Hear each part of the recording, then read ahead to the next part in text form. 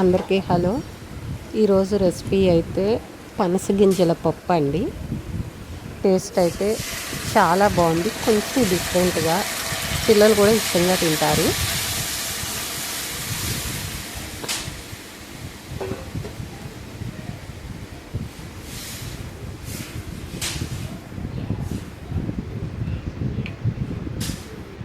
ముందుగా అయితే పనస గింజల్ని కొంచెం చిన్న చిన్నగా కట్ చేసుకోవాలి.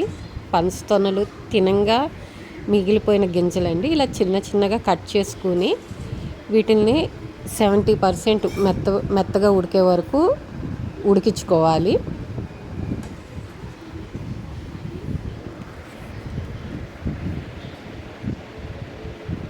చూసారుగా, ఇలా మెత్తగా ఉడికితే సరిపోయిద్ది.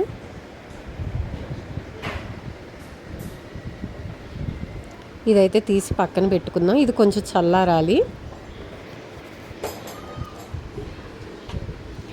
పప్పు కోసం నేను ఈ గిన్నెతో 2 గిన్నెల పప్పు అయితే తీసుకున్నా, కందిపప్పు. ఇది 2 సార్లు అయితే కడిగి ఈ పప్పునైతే ఉడికించుకోవాలి.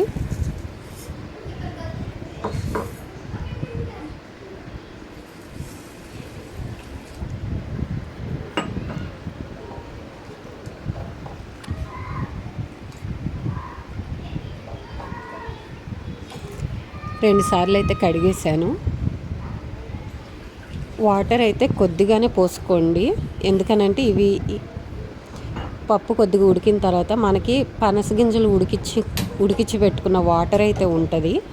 ఆ వాటర్ కూడా ఇందుట్లో పోసి పప్పును ఉడికించుకోవాలి.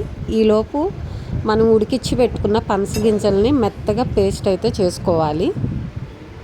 పప్పు అయితే ఇలా ఉడికిపోయింది. ఇప్పుడు మనం ఉడికించి పెట్టుకున్న పనస గింజల నీళ్ళు అయితే ఇందుట్లో పోసి పప్పుని ఒక 75% ఉడికేలాగా ఉడికించుకోవాలి. ఇందుట్లోనే 2 పచ్చిమిరకాయలు, టమాటాలు ఒక 3, మనం పేస్ట్ చేసుకున్న పనస గింజల పేస్టు ఇవన్నీ వేసేయాలి. ఇదంతా కలుపుకోవాలి ఒకసారి.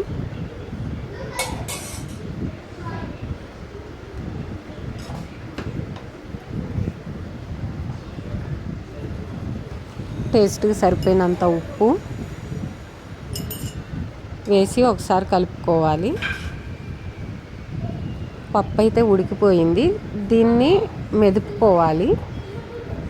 చల్లారిన తర్వాత పప్పుని మెదుపుకోవాలి. మా పిల్లలు పప్పు పలుకుగా ఉంటే తినరు కాబట్టి ఇలా నేను బెజ్జాల గిన్నెలో వేసి పప్పు మెదుపుతాను. పలుకు ఎక్కడా కనిపించదు పిల్లలు తినేటప్పుడు.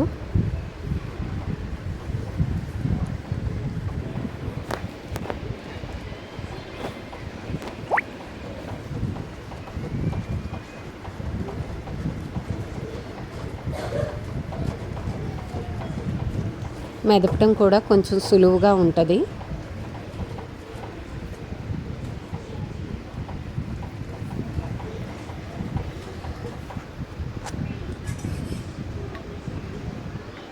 పప్పు అయితే మెదిపేశాను. ఇది కావాలంటే మీరు పప్పులో వేసుకోవచ్చు, వద్దు అనుకుంటే వదిలేయవచ్చు. నేనైతే పప్పులో వేసేస్తున్నాను.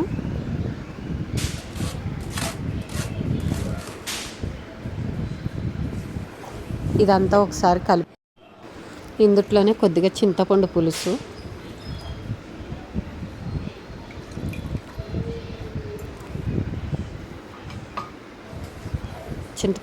వేసాక ఒకసారి కలుపుకోవాలి. ఇందుట్లోనే టేస్ట్కి సరిపోయినంత కారం,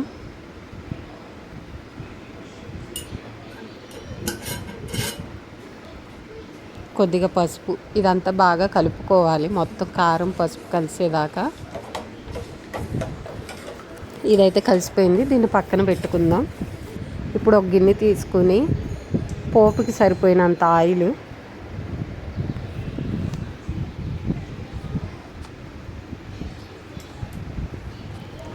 అయితే వేడెక్కింది. ఇప్పుడు పోపు దినుసులు ఇవి కొంచెం ఫ్రై చేసుకోవాలి.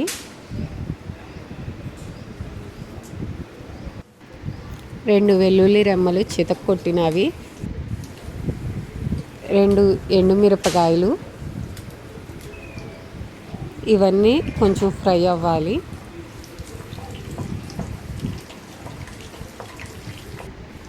ఉల్లిపాయ ఒకటి, ఉల్లిపాయ కూడా కొద్దిగా ఫ్రై అవ్వాలి. నా దగ్గర ఇంగువ లేదు, మీ దగ్గర ఉంటే ఇంగువ కూడా వేసుకోండి. కొద్దిగా కరివేపాకు, ఇవన్నీ కొద్దిగా ఫ్రై చేసుకోవాలి. ఇప్పుడు మనం కలిపి పెట్టుకున్న పప్పుని ఇందుట్లో వేసుకుంటే పనస గింజల పప్పు అయితే రెడీ అయిపోయిద్ది. వీడియో కనుక మీకు నచ్చితే కామెంట్ చేయండి.